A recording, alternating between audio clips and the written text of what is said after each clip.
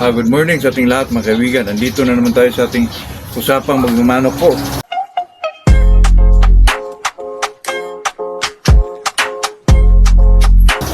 Bago tayo mag-umpisa sa ating content mga kaibigan ay shoutout muna tayo kay Philip Gabisay, Jerry Tusing, Talix, Toledo, Cebu, Romilin Gutierrez,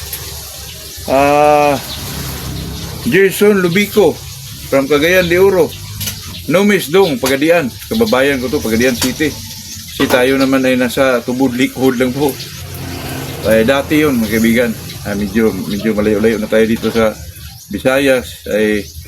Ang pag-usapan natin po ay ito pong para mas madali na mapwinted ang ating mga kondisyon na manok.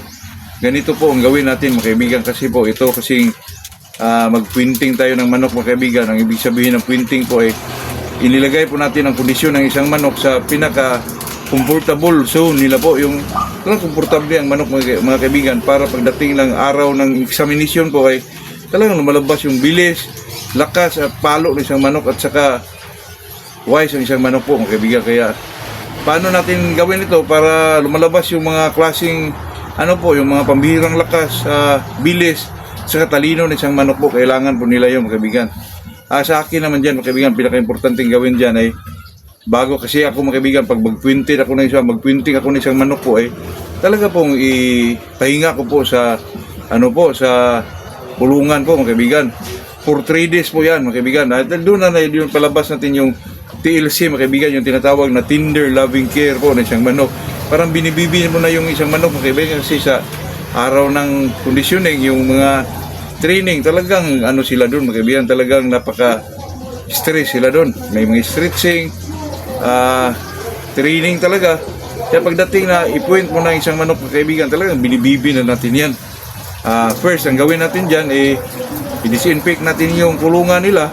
Hugasan natin yun mga kaibigan, yung patungan nila, para pagdating ng yung medyo ipahinga na natin sila. Kasi ako mga kaibigan, pag mag-point ako ng isang manok sa umaga mga kaibigan, sa 3 days na ito sa umaga, pagkatapos silang kumain, doon ako mga kaibigan, pagkatapos silang kumain, doon ako magdamog, magilamusan ko yung manok para malinisan yung mga ganito nila mga kaibigan, yung mga sami-sami sa pagkain nila, para talaga talaga malinis sila po. Tapos hugasan natin yung mga paa, saka natin ilagay doon sa kulungan mga kaibigan, siguro sa mga 9 o'clock na yun sa umaga po, 9 o'clock na sa umaga, ilagay natin sa kulungan. Tapos lagyan ng yung takip na kung ano man yung kahit anong kulay mga kaibigan, okay lang sa akin yun, kahit newspaper pa. Pero sa atin, sanayan natin yung medyo green para medyo sila presko sa kanilang pakiramdam po. Kaya sa akin dyan mga kaibigan, paglagay dyan, pagdating naman ng hapon, mga 3 o'clock ng hapon, ipalabas natin yan po para naman medyo maka-relax yung isang manok. Ipalabas natin doon sa mga preskong lugar mga kaibigan. Doon natin ilagay sa medyo damuhan talaga na wala nang init, para gumaganda talaga ang pakiramdam ng isang manok po. Tapos pakain na tayo. Sa hapon naman, ganun pa rin mga kaibigan. Hugasan natin yung paa, hugasan natin yung mga sungo nila, yung mga yung tawag sa sungo sa Tagalog mga kaibigan, yung tuka nila, hugasan natin para talaga malinis po. Lagyan natin ng tubig dito sa ilalim ng kanilang pakpak. Pero huwag mo masyado basain yung ulo mga kaibigan, baka magkasipon pa yung manok mo dyan. Yun lang po, hugasan lang talagang ma-feel nila na priskong-prisko po. Lagay mo sa kulungan. Ang iba naman dyan mga kaibigan, pagdating ng 4 o'clock in the morning, ang iba dyan, ipaglabas silang kaibigan para medyo malamigan yung manok po. Yun ang ginagawa nila po sa akin, hindi na po mga kaibigan. Sa umaga na, pagkatapos, ilagay mo dyan mga 6 o'clock in the morning, para medyo mga kaibigan, lakad-lakad yung isang manok. May mga moisture yun sa damo. Kain-kain sila, tuka-tuka sila dyan. Pero yung iba naman mga kaibigan, hindi na nalagay dyan, baka maluan pa yung pagkain na kinukondisyon nila, na binibigay nila during conditioning po. So pwede na rin yung mga kaibigan, i-cord mo lang dyan. Sila na bahala dyan. Tapos pakainin na naman sa 7 o'clock in the morning. Pagkatapos ganun pa rin na routine mga kaibigan, damugan, linisin yung mga paa, para presko talaga isang manok. Maramdaman yun ng isang manok mga kaibigan na siyempre yung presko ko, lalo na pag binasa yung mga kilikili, mapasukan ng moisture, tapos malinis yung mga paa nila. Ito maramdaman din nila yung kapreskuhan po. Kaya ayun ang ginagawa ko mga kaibigan, ha. Kasi naman Pagkatapos nilang kumain mga kaibigan, ako naman hindi ho sa 3 days naman mga kaibigan, ako po yung nagbigay lang ng 3 dips, 4 dips, depende na lang sa nakita niyong sitwasyon ng isang manok po. Yun ang sa akin mga kaibigan, kasi may nakita akong video na ano daw, pagpunta sa sabungan, hindi na painumin ng tubig. Ang iba naman dyan mga kaibigan, painumin ng 3 dips, 4 dips. So sa akin mga kaibigan, depende na yun, respeto na lang tayo kung anong nasa gusto nila po, kasi sila naman doon ang nag-observe isang manok po. So sa akin mga kaibigan, bago ko dalhin sa sabungan po, 1 hour mga kaibigan, painumin ko yan ng 3 dip, ng 2 dips or 3 dips. Kasi natutunan ko yan mga kaibigan dati sa programa ni Sir Patrick Antonio po sa Gupaan. Dati 12 o'clock in the morning, talagang inabangan ko yun sa Channel 13 mga kaibigan. Happy TV4 po. Kaya sa atin dyan mga kaibigan, yun ang nakasanayan ko na bago ko dalhin sa sabungan, for 1 hour before ko dalhin yan, painumin ko talaga ng 2 to 3 dips po. Bago, pagdating sa sabungan, hindi mo na painumin yun. Ilagay mo na sa kulungan, linisin mo yung kulungan nila, para naman maging presko yung lagayan mo po. Tingnan mo kung may mga ipot ba doon, para maging presko talaga yung manok mo mga kaibigan.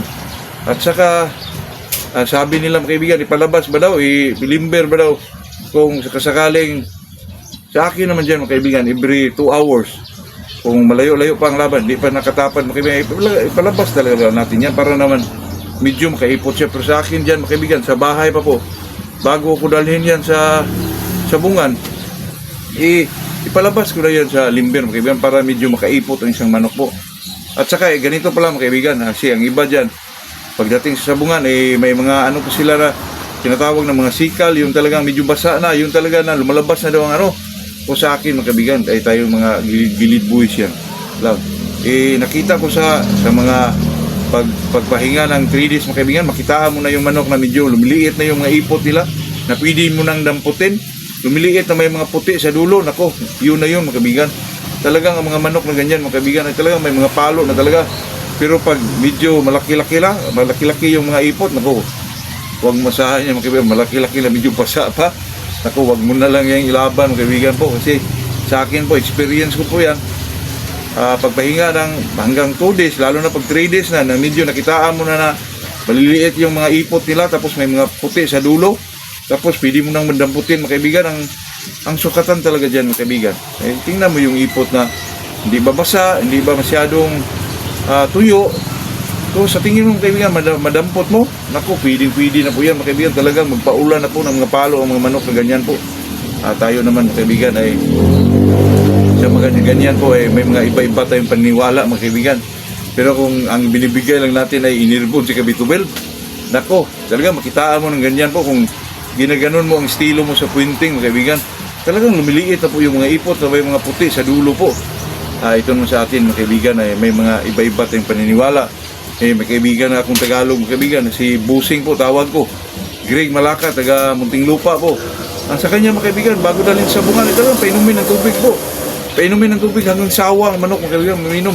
Pero mananalo pa rin mga kaibigan. Kaya sa mga estilong ganyan po, may iba-iba tayong paniniwala. Kaya sa akin dyan, kung ano mo yung paniniwala sa iba, respeto natin yun.